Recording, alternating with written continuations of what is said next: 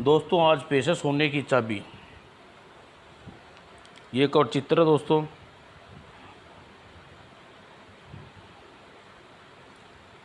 शुरू करते हैं दोस्तों। बहुत समय पहले की बात है। उत्तर भारत में सी नामक राज्य में महाराज सूर्यसेन का शासन था। महाराज सूर्यसेन बड़े ही पराक्रमी, बुद्धिमान एवं उनके शासनकाल में प्रजा सुखी संपन्न थी।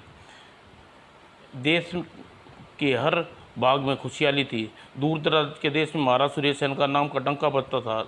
लेकिन फिर भी वे मन ही मन दुखी रहते थे। महाराज सूर्यसेन की दुख का कारण उनका एकमात्र युवराज चंद्रसेन था, जो मूर्खतापूर्ण हरकतों के कारण लोगों का उपवास का पात्र बन जाता था। पिताजी आप हमें उल्टे क्यों नजर आ रहे हैं? हा हा हा।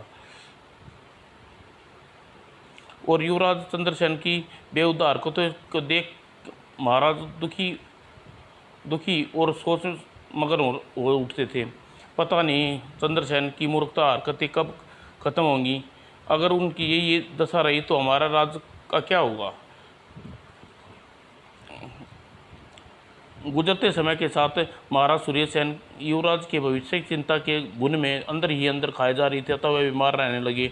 काश सूर्यसेन हमारी तरह बुद्धिमान पराक्रमी होते तो आज हमारी यह दशा ना होती। जाओ तुरंत राजवैद्य को सूचित करो, महाराज अस्वस्थ हैं। जो आज्ञा महाराज। और महामंत्री जय सिंह ने रक्षक को राजवैद्य को बुलाने का आदेश दिया।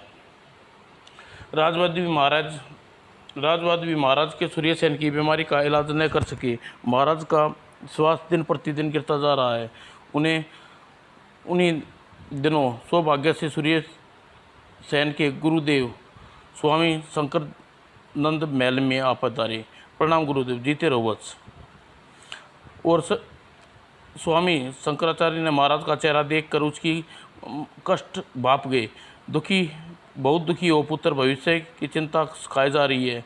आप अंतर्यामी हैं महाराज, सब समझते हैं, कोई उपाय कीजिए न। चंद्रसेन के जन्म कुंडली देखकर आप ही ने कहा था चंद्रसेन हमें कुछ ज़्यादा यशस्वी बनेगा, हमारे कुल का नाम रोशन करेगा, परंतु सब कुछ अंधकार में नज़र आ रहा है। ऐसा प्रतीत होता है जैसे हमारे वंश का शासन हमारे बाद खत्म हो जाएगा। तुम्हारा प्रयास व्यर्थ है, पर्याप्त व्यर्थ है, किंतु वत्स भूलो मत आकाश के सही नक्षर उदयमान, किंतु जब सूर्य उत्पन्न होता है तो उसके लुप्त भी होता है। सुनो बस, यह सब ग्रह दोष के कारण हो रहा है। मैं चाहूँ तो अभी तुम्हारी चिंता मुक्त नहीं कर सकता। इसका इतना ज़रूर कहूँगा कि व्यर्थ में अपने भाग्य को कोस रहे हो। समय बर्बाद मत करो। चंद्रसेन को उचित शिक्षा दीक्षा देना तुम्हारा कर्तव्य है, उसे पूरा करो। आपकी बातें मेरी समझ में नहीं आ रही गुरुदेव। समय आने पर सब समझ में जाओगे वत्स, लेकिन अपना राज्यकार संभालो और चंद्रसेन को राजगुरु तारकनाथ के आश्रम में भेज दो, जैसी आपकी इच्छा गुरुदेव। और कुलगुरु स्वामी शंकरानंद के शब्दों से महाराज सूर्यसेन को बेचैन मन को असीम शांति प्राप्त हुई और उनके हृदय को नई आशा का जन्म हुआ। स्वामी शंकरानंद के जाने के बाद अगले ही दिन युवराज चंद्रसेन को राजगुरु तारकनाथ के आश्रम में भेजने का प्रबंध कर दिया गया। हम मूर्ख हैं, इसलिए आप हमें अपने से दूर भेज रहे हैं पिताजी। नहीं बेटे, तुम दूर रहकर हमारे दिल से दूर नहीं रहोगे। हमें विश्वास है कि तुम लौटोगे तो सभी गुणों संपन्न होंगे जिससे हम तुम्हें देखना चाहते हैं। ठीक है पिताजी, हम जाते हैं, आप अपना ख्याल रखिएगा। और तभी रानी रुक्मा और चंद्रसेन के भाई ध्रुवसेन की विधवा भी अपने पुत्र बलदेव के साथ वहाँ पहुँचे।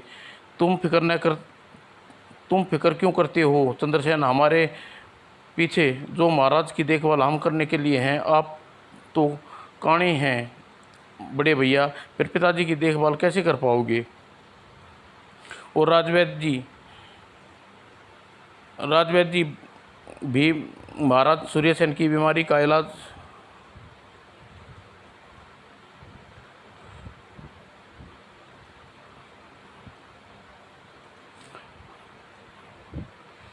कैसे कर पाओगे?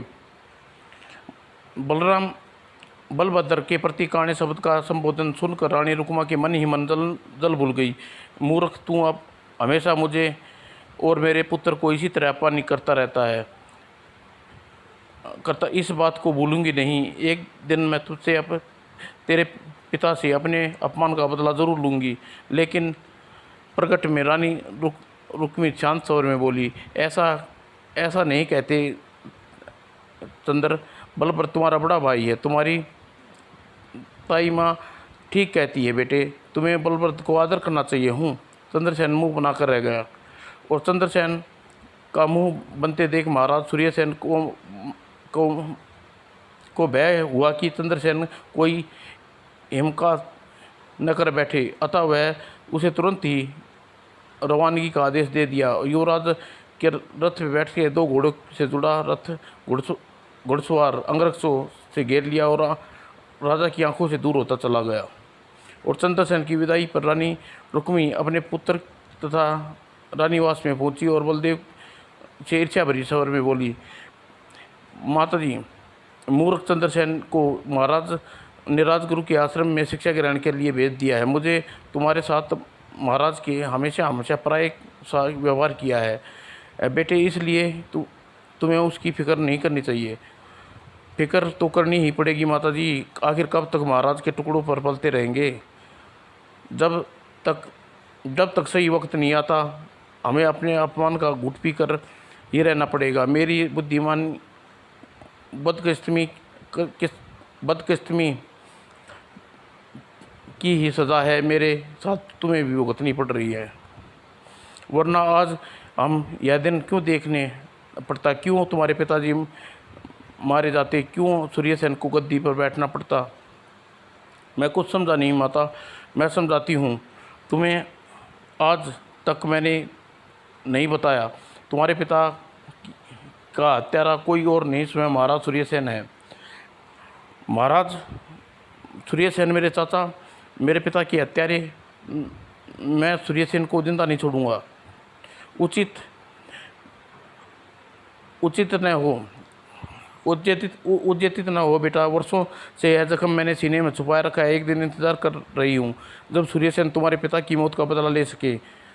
जब तक महाराज का खून से अपनी तलवार से न रंग लूँ, मुझे चैन नहीं मिलेगा माता। शाबाश बेटे, मुझे तुमसे यही उम्मीद थी। वक्त आने पर तुम्हें भी वही करना होगा जो सूर्यसेन ने अपने बड़े भाई के साथ किया था। अब वो दिन अब तक जिस दिन वह राज सिंहासन पर बैठोगे, उस दिन तुम्हारे स्वर्गीय पिता की आत्मा को शांति मिलेगी। लेकिन यह संभव कैसे होगा माता? इतना बलभद्र के शब्दों से संबोधित रानी मन में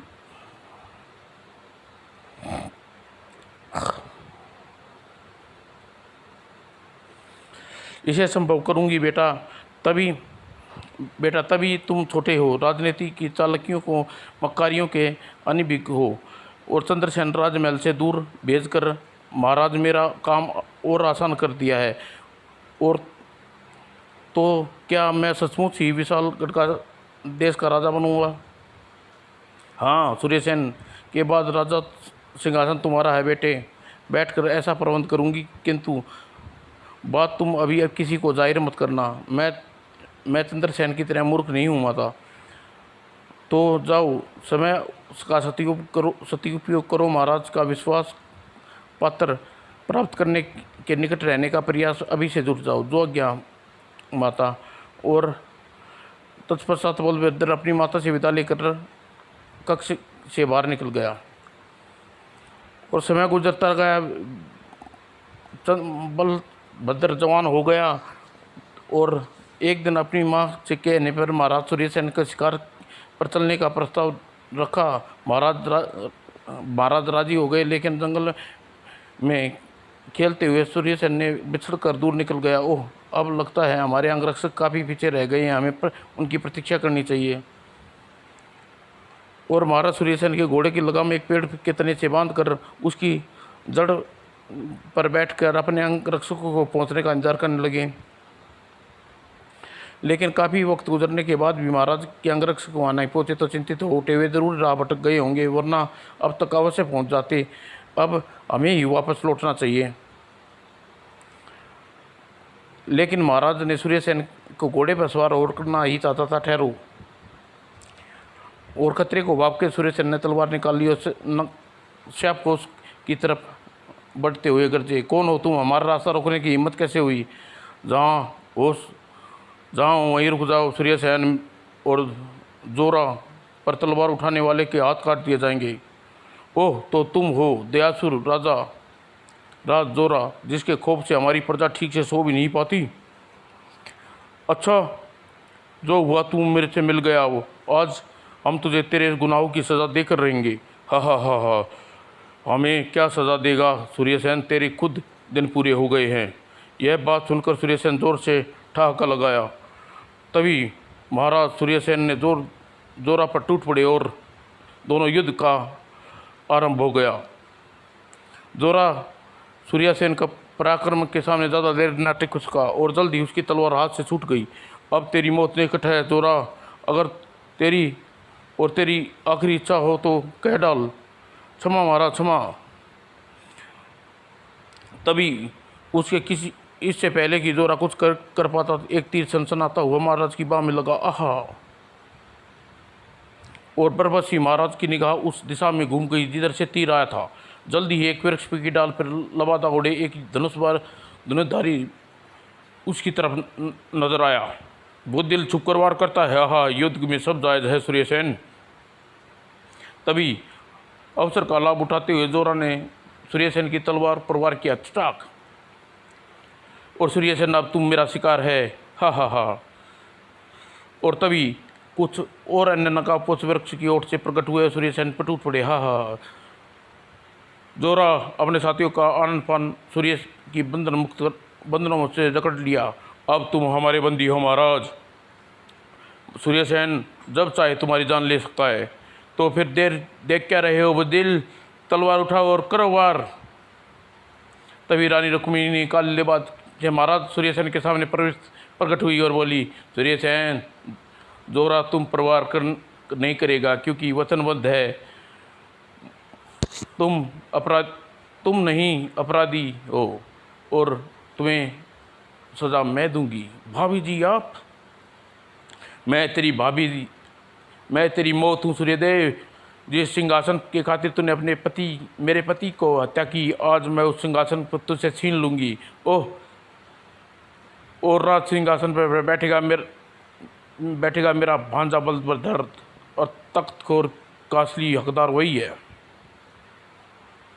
जोरा के मुंह से बलभद्र की अपना भांजा कहते सुनकर सूर्यसेन तुरंत ही असली समझ आ गई। बोला, सेनापति,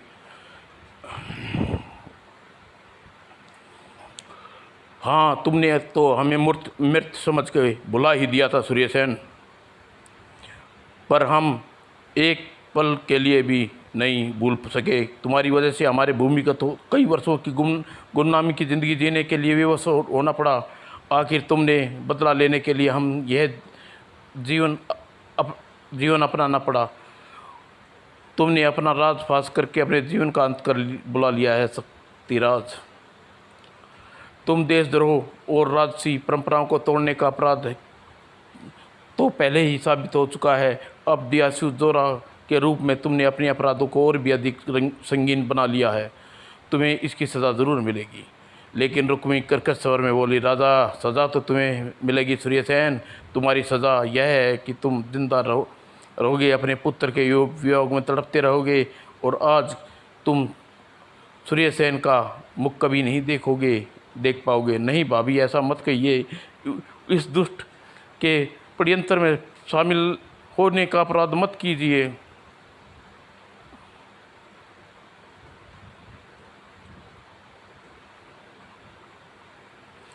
रुक्मिणी जहरीली मुस्कान बिखेरती हुई बोली, तुम मूर्ख हो सूर्यसेन।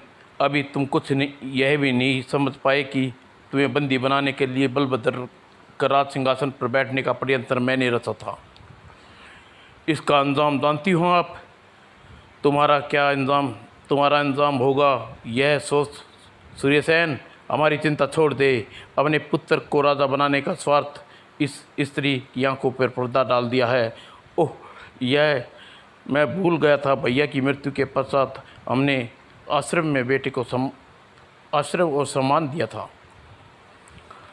तभी सूर्यसेन की सोच टूट गई और रुक्मणी को आदेश देते हुए गुर्राई, इसे काली गुफा में ले जाकर डाल दो। इस गुफा में आज तक कोई जिंदा वापस नहीं लौटा। जो आज्ञा महारानी। और सहपोष द्यूदल के आदमियों ने तुरंत ही आदेश का पालन किया। जब द्यूदल लोग बंदी महाराज को लेकर वहाँ से चले गए तो शक्तिराज रुक्मणी के से संबंधित होकर बोला, तुम्हारी इच्छा पूर्ण हुई दीदी, किंतु मुझे क्या मिला? तुम्हें वही सम्मान और पद वापस मिलेगा शक्तिराज, जो हमारी वजह से तुम्हारा छीन गया था।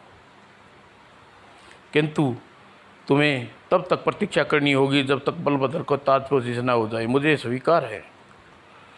और तभी घोड़ों की टापों से जंगल का वातावरण गूंज उठा। शायद सूर्यसेन के अंगरक्षक इसी तरफ आ रहे हैं। अभी यहाँ से चलना चाहिए, रुकना नहीं चाहिए।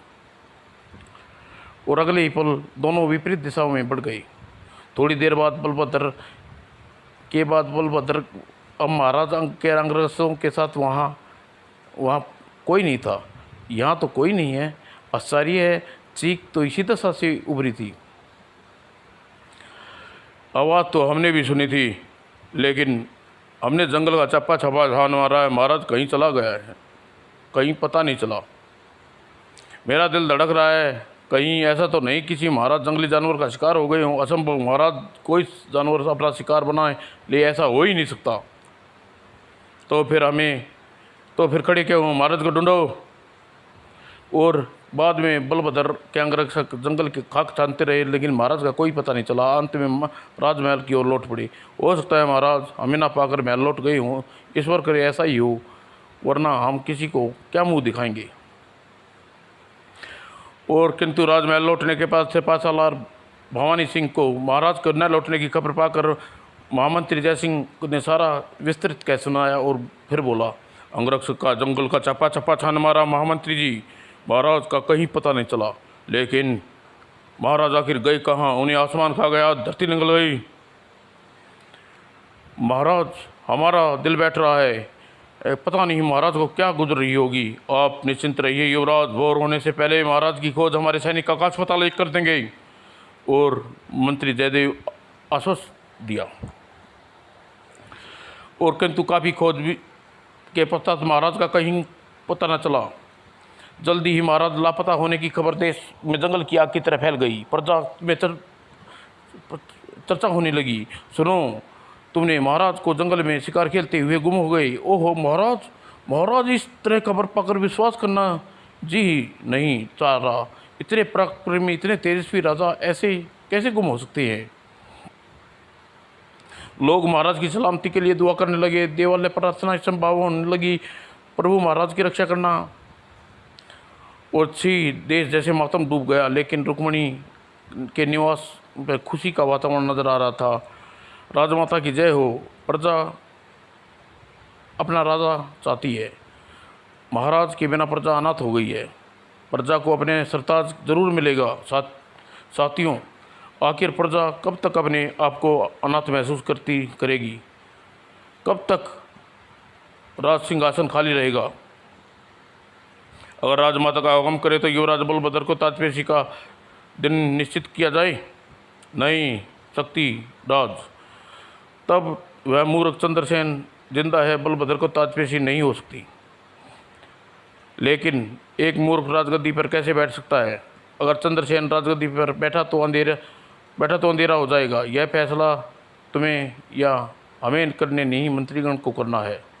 इतना कहकर रुक्मणी रहस्यपूर्ण अंदाज में मुस्कुराई।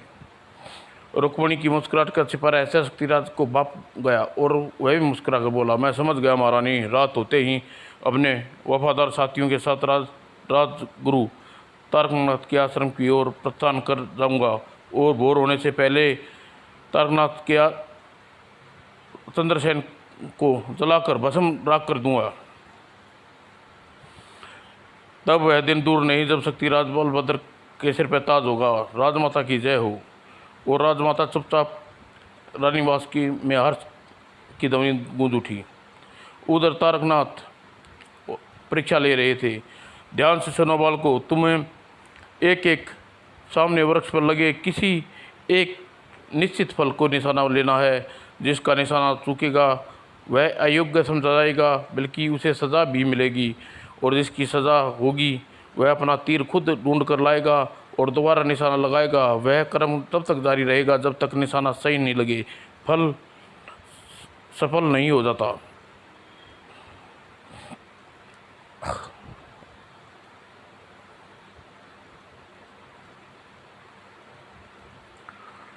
जल्दी परीक्षा आरंभ हो गई।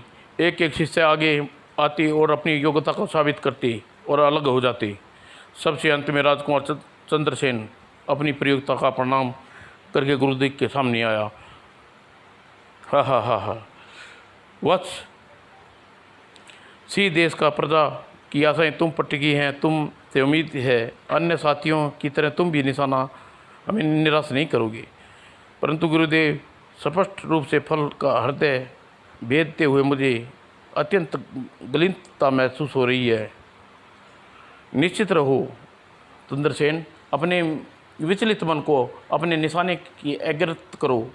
जो आज्ञा गुरुदेव। और अगले ही पल चंद्रसेन ने फल पर निशाना साधा और बाण चलाया, परंतु बाण फल को भेदने की जगह डाली को चीरता हुआ निकल गया और युवराज चंद्रसेन का निशाना चूकते देख सब खिलखिला के हंस पड़े। हा हा हा। और राजगुरु तारकनाथ बरस पड़े। अरे मूर्ख, जिस तरह कौए को साबुन और इत्र से धोने पर भी हंस नहीं बन सकता, उसी तरह तुम भी कभी ज्ञानी नहीं बन सकते। तुम मूर्ख हो, मूर्ख सदा मूर्ख ही रहोगे। अब खड़े क्या हो, जाओ नियमानुसार अपना तीर ढूंढ के लाओ और फिर दूसरे फल का निशाना लगाओ। तब तक तुम्हारा निशाना नहीं ठीक नहीं बैठेगा। तुम यही कर्म जारी रखोगे और आश्रम नहीं लौटोगे। जो आज्ञा गुरुदेव। और राजगुरु को प्रणाम करके चंद्रसेन तीर की खोज में निकल पड़ा। काश हमें तुम्हारे अंदर ज्ञान की ज्योति जला पाते, तुम्हें योग्य बना पाते, छी देश की बागडोर संभाल सको। सूर्यसेन तीर की खोज में इतनी दूर निकल गया कि वापस लौटने का मार्ग ही भूल गया। अंत में वह काफ़ी रात हो गई। वह थक हार कर एक चट्टान पर भूखा प्यासा सो गया। अगले दिन चंद्रसेन के तीर की खोज में चल पड़ा। तीर उसे कहीं न नजर आया और भूख प्यास से व्याकुल होकर चंद्रसेन ने एक वृक्ष के नीचे रोने लगा। मुझे बड़े जोर से भूख लगी है, भू। और तभी कुछ ही पल गुजरे होंगे, युवराज चंद्रसेन ने एक अज्ञात स्वर सुना। मत रो मित्र। अरे यह आवाज़ कहाँ से आई? किसने मुझे मित्र कहा? लेकिन अपने आसपास किसी को न देखकर युवराज को आश्चर्य हुआ कि सीमा न रही। उसने आवाज़ की रहस्य जानने के लिए कोशिश की। आवाज़ अभी भी उभरी और युवराज की नज़र सामने पड़े फल पर जा टिकी। हैरान न हो मित्र, मैं तुम्हारा सामने हूँ। अरे यह क्या? तुम तो फल बोल रहे हो, लेकिन मेरा भ्रम तो नहीं? नहीं मित्र, यह तुम्हारा भ्रम नहीं है। मैं तुमसे मुखातिब हूँ।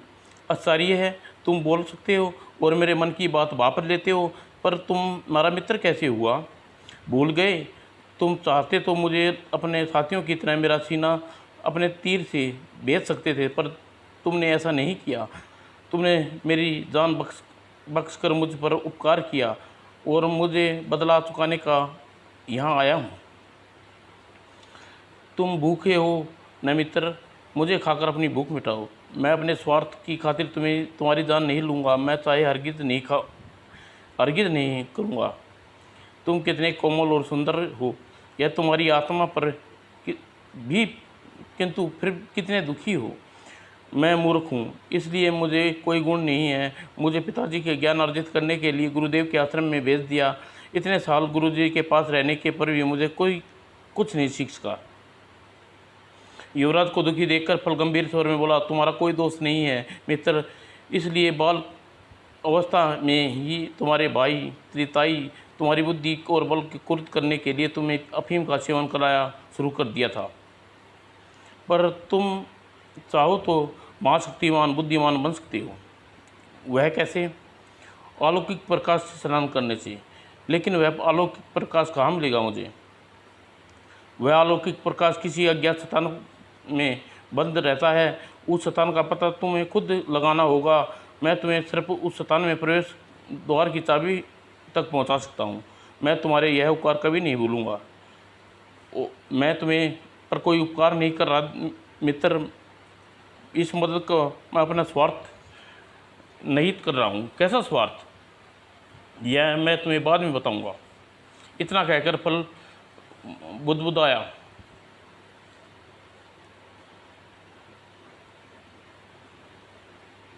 और अगले ही पल चंद्रसेन के सामने स्वादिष्ट फलों का अंबार लगा हुआ था।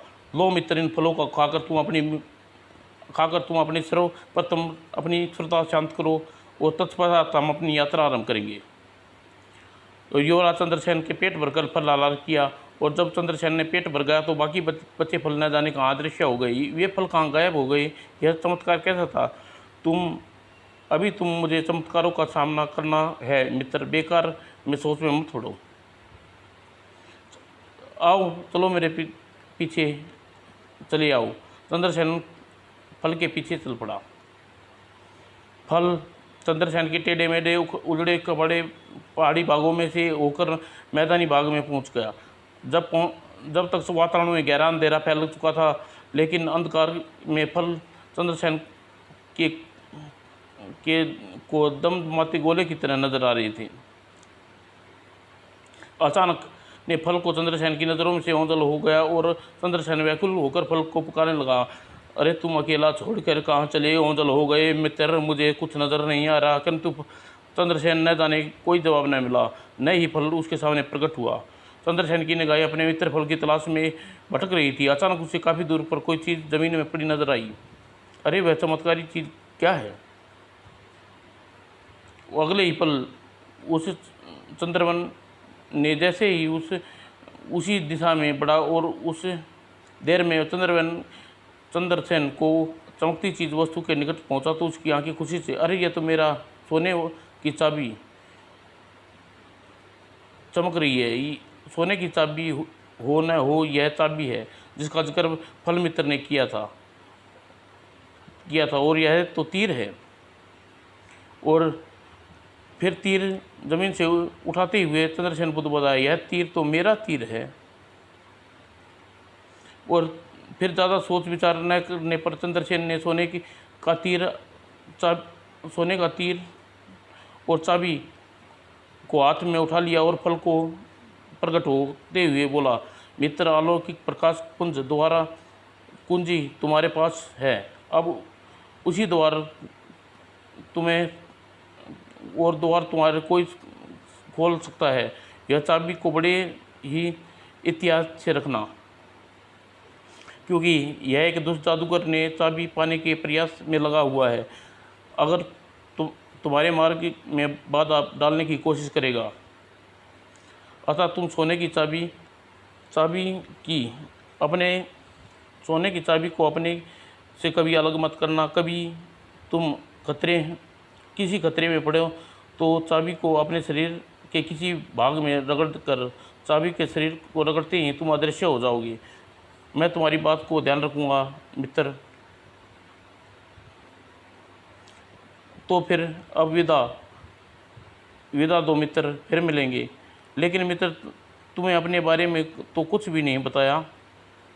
समय आने दो, मैं तुम्हें सब कुछ बता दूंगा। इतना कहकर फल चंद्रसेन की नज़रों से ओझल हो गया और चंद्रसेन सोने की चाबी ले अपने शरीर के अंदर वस्त्रों में छुपा चुपचाप आगे बढ़ गया। उधर जादूगर जगारू त्रिकालदर्शी आईने में सब कुछ देख और सुन रहा था। ओह! तुरंत ही अपने साथी हाथ में थमी हड्डी और छड़ी हिलाते हुए मंत्र पड़ा। अगले ही पल पिचासिनी मदिरा के साथ चमक प्रकट हुई और बोली, क्या हुक्म मेरे आका? तुम इस युवक को गौर से देखो। मदिरा, तुम्हारे मुझे ही हर हालत में इसके पास पहुँच पास पहुँचना है। जो हुक्म आका। अगले पर पिचासनी मदिरा दाड़ू के बांस पर बैठी और तीर तीर की तरह आकाश में उड़ चली। और युवराज नदी नाले पहाड़ों को पार करता हुआ कई दिन भटकने के बाद एक बियामान घाटी में पहुंचा। यहाँ से दूर दूर तक वीरान नजर आ रही है। लगता है यहाँ मैं अपनी मंजिल की तक कभी नहीं पहुंच पाऊंगा। वीरान घाटी ने चंद्रसेन को बुरी तरह हतोषित कर दिया। हतोत्साहित कर और घोर निराशा में डूबा चंद्रसेन दिशाहीन सा आगे जा रहा था। उसकी नज़र एक झोपड़े में पड़ी। एकाएक उसके दिल में उम्मीद की किरण जाग उठी। भगवान का शुक्र है कुछ नज़र तो आया। झोपड़ी है तो कोई प्राणी भी जरूर हो वास करता होगा। लेकिन झोपड़ी का फासला तय करते हुए चंद्रसेन को सांझ हो गई। वह झोपड़ी के द्वार पर पहुंचा और बुरी तरह थक कर चूर हो चुका था। चलो आखिर पहुंच तो गया। और वह झोपड़ी कुछ ही देर में खड़े खड़े झोपड़ी को अपने होशो हवास पर काबू किया और द्वार पर दस्तक दी। अंदर कोई है, कोई अंदर से दरवाज़ा खोलो। कुछ देर बाद बूढ़ी औरत ने दरवाज़ा खोला। चंद्रसेन को निहारते हुए पूछा, कौन है तू? इस वीरान घाटी में क्या कर रहा है? मैं राह भटक गया हूँ। आज रात आपकी झोपड़ी में विश्राम करने की जगह बड़ी कृपा होगी। भोर होती चला जाऊँगा। ठीक है, अंदर आ जा। और चंद्रसेन अंदर पहुँचे और बूढ़ी औरत ने अपना तो जगाती हुई बोली, काफ़ी थके मांदे नज़र आ रहे हो, शायद भूखी भी हो। हाँ, 2 दिन से कुछ नहीं खाया, बड़ी भूख लगी है, मगर कुछ खाने को मिल जाता तो। बूढ़ी औरत तुरंत बोली, हाँ हाँ क्यों नहीं, इस घड़े में पानी है, हाथ मुँह धो ले और मैं तुम्हारे लिए कुछ लाती हूँ। धन्यवाद माता। और बूढ़ी ने तुरंत ही झोपड़ी के भीतर भाग में पहुंची। अब बचकर बच्चू जाएगा कहाँ? बच्चू विषैले फलों को खाकर तू बेहोश हो जाएगा और तब मैं तुझे अपने आका के जुझारू के पास ले जाऊंगी। और जब बूढ़ी औरत पिचासनी मदिरा थी, फल का टोकरा लेकर वापस लौटी और चंद्रसेन की बड़ी बेताबी से प्रतीक्षा करते पाया। तुम आ गई दादी माँ, मेरे पेट में चूहे कूद रहे हैं। मैंने पास ये फल हैं बेटे मेरे पास, पता नहीं तुम्हारा पेट भरेगा या नहीं। भूखा चंद्रसेन बिना कुछ सोचे समझे फलों पर टूट रहा। अब बस कुछ ही देर की बात है। देखते देखते फलों का भरा टोकरा खाली हो गया और खाली टोकरा उठाकर मदिरा शांत स्वर में बोली, तुम आराम करो बेटा। इतना ही कह मदिरा दरबार की ओर बढ़ गई। ओह, मैं कितना स्वार्थी हूँ। इस बेचारी को मेरा कितना ख्याल आया, मैंने इसे कुछ खाने को भी नहीं पूछा। एकाएक चंद्रसेन का हृदय गलिन से भर उठा। परंतु मुझे चक्कर आ रही है, अचानक मुझे क्या हो गया? और फिर चंद्रसेन अचेत होकर लौट गया। ही और अगले ही पल मदिरा अचेत चंद्रसेन को उठाए हुए जादू की छड़ी पर बैठी और आकाश में उड़ती जा रही थी। और जल्दी ही मदिरा ने अचेत चंद्रसेन को जादूगर जंगारू के महल में पहुंचा दिया। शाबाश मदिरा, तुम अपने कार्य में अधिक प्रसन्न हुए। मांगो क्या मांगती हो? मुझे बहुत दिनों से मानव रक्त का स्वाद नहीं चखा मेरे आका। अभी मदिरा की बात पूरी भी नहीं हुई थी कि चंद्रसेन उछल कर खड़ा हो गया और चंकित स्वर में बोला, मैं कहाँ हूँ? तुम लोग कौन हो? मैं यहाँ कैसे पहुँचा? हे जादूगर जगारू, मेरे आदेश पर तुम्हें मदिरा यहाँ लेकर आई है। तुम अपना भला चाहती हो तो सोने की चाबी मुझे दे दो। जगारू के मुंह से सोने की चाबी का जिक्र सुनते ही चंद्रसेन का हाथ बरबस से अपने कपड़ों में छिपी चाबी पर जा टिका। ओह, सोने की चाबी निकाल फर्श पर रख दे, तुम्हारी जिंदगी बख्श दूंगा। तभी चंद्रसेन को फल मित्र की चेतावनी याद आ गई। सोने की चाबी को अपने से अलग मत करना। कभी संकट में गिरो तो चाबी को अपने शरीर पर किसी भी भाग पर रगड़ देना और दृश्य हो जाओगे। अगले ही पल चंद्रसेन ने सोने की चाबी निकाल ली और बिजली की तेजी से अपनी हथेली पर रगड़ दी। दूसरे ही पल चंद्रसेन अदृश्य हो गया। ओह, ओह, यह मूर्ख राजकुमार तो बड़ा चालाक निकला, मुझे चकमा दे गया, लेकिन बचकर जाएगा कहाँ मेरे आका। जुगारू व्यथित स्वर में बोला, तुम नहीं जानती मदिरा, जब वह सोने की चाबी उसके पास रहेगी तब तक उसका कुछ नहीं बिगाड़ सकती। वह हमारे महल से निकल चुका है। वो क्या मानव रक्त का प्यास बुझाने की मेरी इच्छा पूरी नहीं होगी? होगी, जरूर होगी। इतना इतना कहे जुगारू हड्डी को हवा में हिलाते हुए बुदबुदाने लगा और अगले ही पल मदिरा गिद्ध के रूप में परिवर्तन हो गई। अब तू चंद्रसेन के पीछा आसानी से कर सकती, लेकिन वह अदृश्य है और उसका पीछा कैसे करूंगी? जैसे ही वह समझेगा खतरे से बाहर है, वह अपने असली रूप में आ जाएगा। वह यह नहीं जान पाएगा कि तू उसका पीछा कर रही है। नहीं नहीं नहीं, कभी नहीं, कभी नहीं। वह सोने की चाबी अपने से अलग जरूर करेगा। बस तुम उसे मार कर मेरे रक्त की प्यास बुझा लेना और सोने की चाबी लाकर मुझे चाबी लेकर यहाँ चली आना, समझी? अब तू जा, जो हुक्म मेरे आका। और मदिरा वहाँ से प्रस्थान कर गई। उधर चंद्रसेन अदृश्य रूप त्याग कर किसी खतरे से अनभिज्ञ दिशा में बढ़ रहा जा रहा था। वो चलते चलते एक पहाड़ी के दर्रे पर पहुंचा और शाम हो चुकी थी। चंद्रसेन को वहीं रात गुजारनी थी। निश्चित हुआ दर्रे के बहते झरने में अपनी प्यास बुझाई और झट से चट्टान पर चढ़कर लेट गया। और लेटते ही अचानक चंद्रसेन को करवट बदली। तभी सोने की चाबी वस्त्र से दूर फिसल कर चट्टान से टकरा कर दूर छिटक गई। अरे! और सोने की चाबी को उठाने के इरादे से तभी चंद्रसेन चट्टान से उतरा ही था कि ओह! लेकिन इससे पहले चंद्रसेन खतरे को भांपता था और अपने बचाव में प्रयास करता। चील उस पर हमला कर बैठी। ची ची ची। और बचाव की कोशिश में घायल चंद्रसेन चट्टान से फिसल कर जमीन पर गिरा। ची ची ची। और चील मदिरा आक्रमण किए जा रही थी। जैसे ही मदिरा चंद्रसेन पर हमला किया, चंद्रसेन ने मैन से तलवार निकाली। ची ची ची।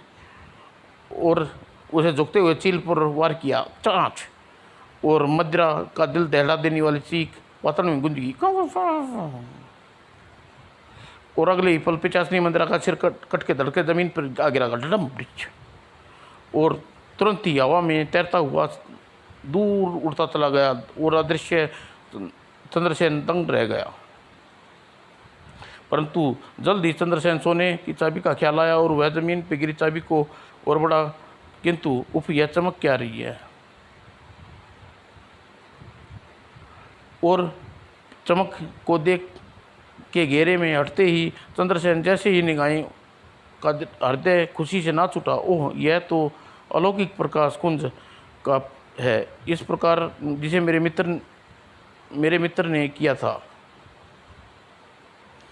और अगले ही पल चंद्रसेन ने जैसे ही सोने की चाबी को उठाकर उसका रुख पहाड़ी की तरफ किया तो चाबी छिद्र की तरफ किया और अपने हाथ से निकल स्वयं छिद्र में जा घुसी।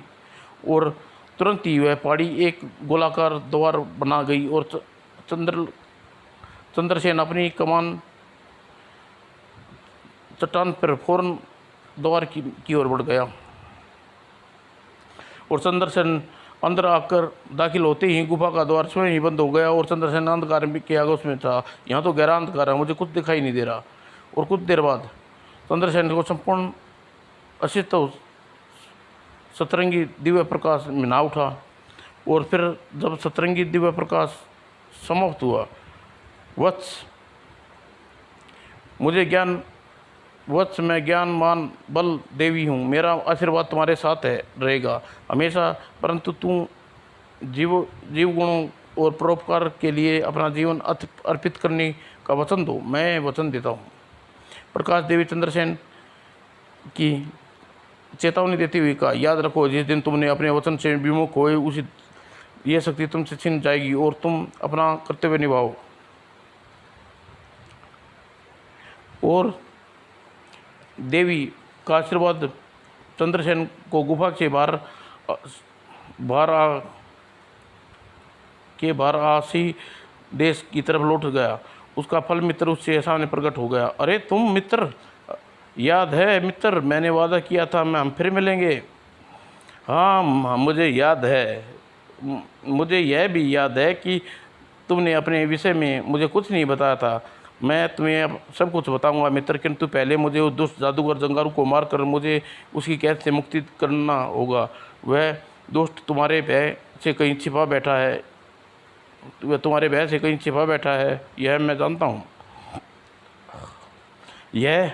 अगर यह बात है तो चलो मेरे साथ, बताओ वह कहाँ है दुष्ट। वो तत्पश्चात चंद्रसेन पल मित्र के साथ अज्ञात दिशा में एक और बढ़ चला।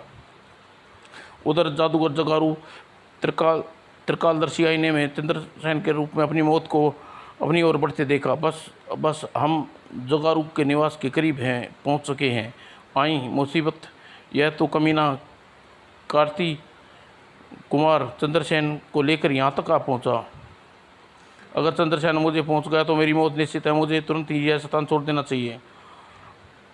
और अगले ही पल जोगारू अपनी जादुई शक्ति से का सहारा लेकर भाग गया। देखो मित्र, जोगारू हुआ भाग रहा है, भाग कर जाएगा कहाँ। और चंद्रसेन जैसे ही जादूगारू पर चंद्रसेन की नज़र से ओंधल हो पाता, इससे पहले निशाना साध कर बाण छोड़ दिया। और जादूगर जोगारू अपने बचाव का काफ़ी प्रयास किया, लेकिन किंतु दिव्य शक्ति युक्त बाण ने अपने आप को बचा न सका। और उसे देखते ही देखते जादूगर के प्राण निश्चित होकर धरती पर आ गिरा। हर दुष्ट प्राणी का एक दिन यही अंत होता है।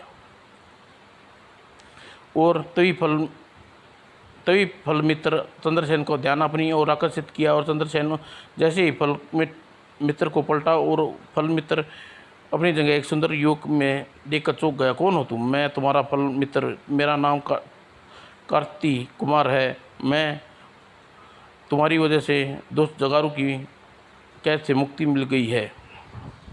परंतु तुम फल के रूप में धारण कैसे किया? मैं क्रांति कुमार चंद्रसेन अपने विषय में सब कुछ बताता हूँ। मैं दुष्ट जादूगर के फल की कैद में था, उस वृक्ष को लटका दिया था। जादूगर तारकनाथ अपने शिष्यों से धनुष विद्या की परीक्षा लेने के लिए आए थे। अगर तुम मुझे मार डालते तो अलग कर देते तो की बजाय निशाना बनाकर न होता तो मैं मर गया होता। ओह, लेकिन जोगारू ने ऐसा क्यों किया?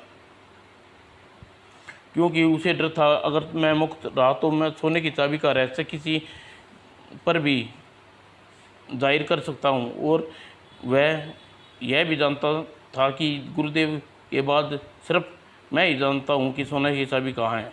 वह चाबी को पाने के लिए मेरे गुरु के धोखे से हत्या कर दी थी, परंतु मृत्यु के पूर्व गुरु ने मेरे चाबी का पता बता दिया था।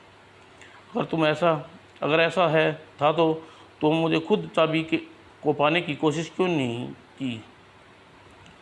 इससे पहले कि मैंने सोने की चाबी पाने की कोशिश करता, जोगारू मुझे पकड़ लिया और मैंने काफ़ी प्रयत्न के बावजूद भी चाबी का पता बताने से इनकार किया।